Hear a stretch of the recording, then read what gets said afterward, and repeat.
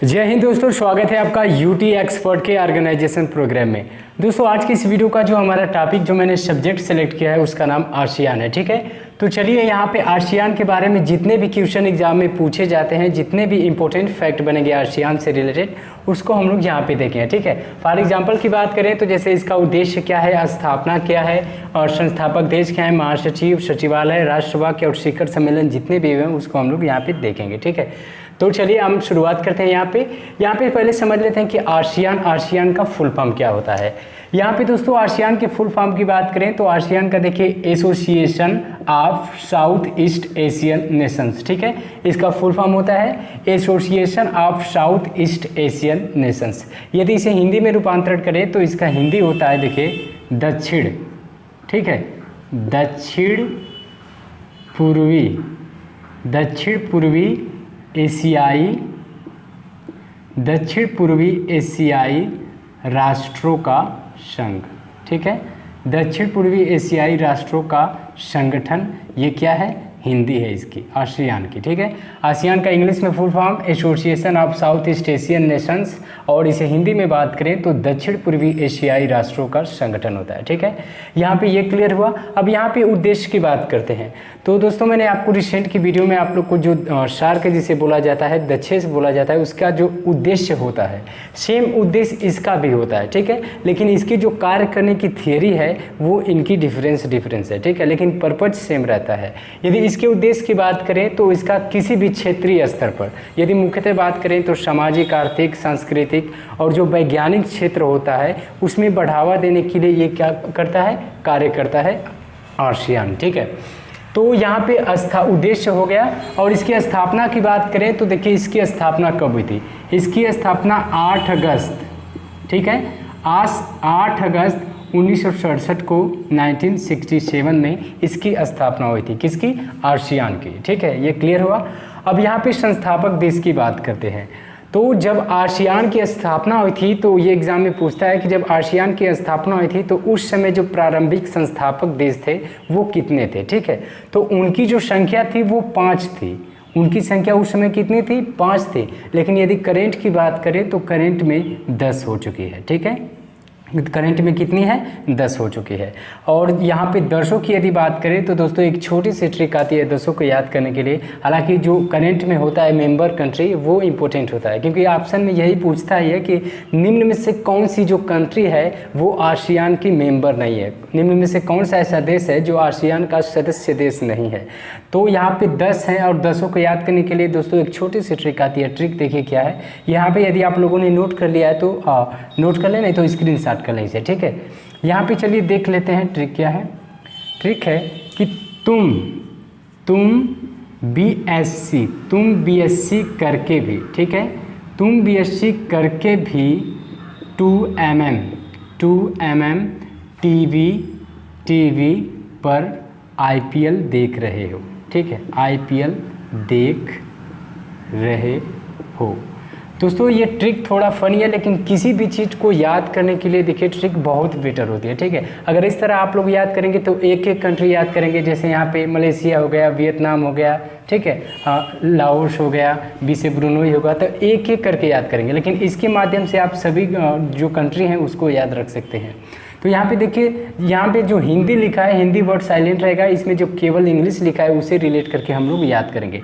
यहाँ पे देखिए BSC एंड 2 mm, तो MM 2 mm टीवी, ठीक है, IPL, तो यहाँ पे IP एंड L लिख लेते हैं। ठीक है, अब इसके यदि उच्चारण की बात करें तो देखिए B से क्या होता है, B से ब्रुनेई। ठीक है, B से क्या होगा, B से ब्रुनेई, S से सिंगापुर और C से कंबोडिया। ठीक है, C से कंबोडिया, M से मलेशिया, M से क्या हो जाएगा, मलेशिया, और M से एक म्यांमार होगा। ठीक है, M से म्यांमार, T से थाईलैंड और V से वियतनाम। ठीक है, V से वियतनाम। एंड यहाँ पे बात करें I से, तो I से इंडोनेशिया और P से फिलीपींस। ठीक है, P से क्या होगा, फिलीपींस एंड लास्ट में बचा तो एल से लाओस हो जाएगा। ठीक है, यहाँ पे देख लेते हैं, फिर से रिवाइज कर ले ट्रिक को कि तुम बीएससी करके भी 2mm टीवी पर आईपीएल देख रहे हो। ठीक है, तुम बीएससी करके भी 2mm टीवी पर आईपीएल देख रहे हो। यदि इसे यहाँ पे देखें तो बी से ब्रुनोई, एस से सिंगापुर, सी से कंबोडिया, एम से मलेशिया, एम से म्यांमार, टी से थाईलैंड, वी से वियतनाम, आई से इंडोनेशिया, पी से फिलीपींस एंड देन लास्ट में एल से लाओस। ठीक है, यहाँ पे ये क्लियर हुआ। यदि देश के देखें तो देखिए यहाँ पे 3, 2, 5, 3, 2, 5 10 कंट्री यहाँ पे सबमिट है। ठीक है, तो ये क्लियर दोस्तों, यदि आपको याद हो गया होगा तो प्लीज़ आप इसे नोट कर लें, लिख लें कापी पे, इसे मैं मिटाने जा रहा हूँ। यहाँ पे अब बात करते हैं महासचिव की। यहाँ पे देखिए यदि महासचिव की बात करें तो महासचिव देखिए कौन है। महासचिव देखिए लिम जैक होई। ठीक है, महासचिव कौन है? लिम जैक होई। ठीक है, महासचिव लिम जैक होई हैं और ये किस देश से बिलोंग करते हैं, किस देश से हैं? देश का नाम है ब्रुनेई। ठीक है, ये किस देश से हैं? ब्रुनेई कंट्री से हैं। ठीक है, महासचिव का नाम इस समय लिम जैक होई और ये किस देश से हैं? तो ब्रुनेई देश से हैं। ठीक है, यहाँ पे देखिए सचिवालय की बात करें कि इसका जो आसियान का सचिवालय है वो कहाँ स्थित है, हेडक्वार्टर।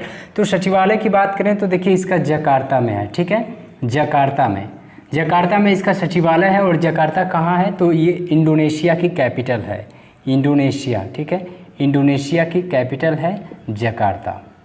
ये क्लियर हुआ। ठीक है, सचिवालय कहाँ स्थित है? जकार्ता में, जो कि इंडोनेशिया की एक कैपिटल है। यहाँ पे राष्ट्रवाक की बात करें कि इसका राष्ट्रवाक क्या है। ठीक है, आसियान का राष्ट्रवाक की बात करें तो देखिए इसका राष्ट्रवाक है एक राष्ट्र। ठीक है, एक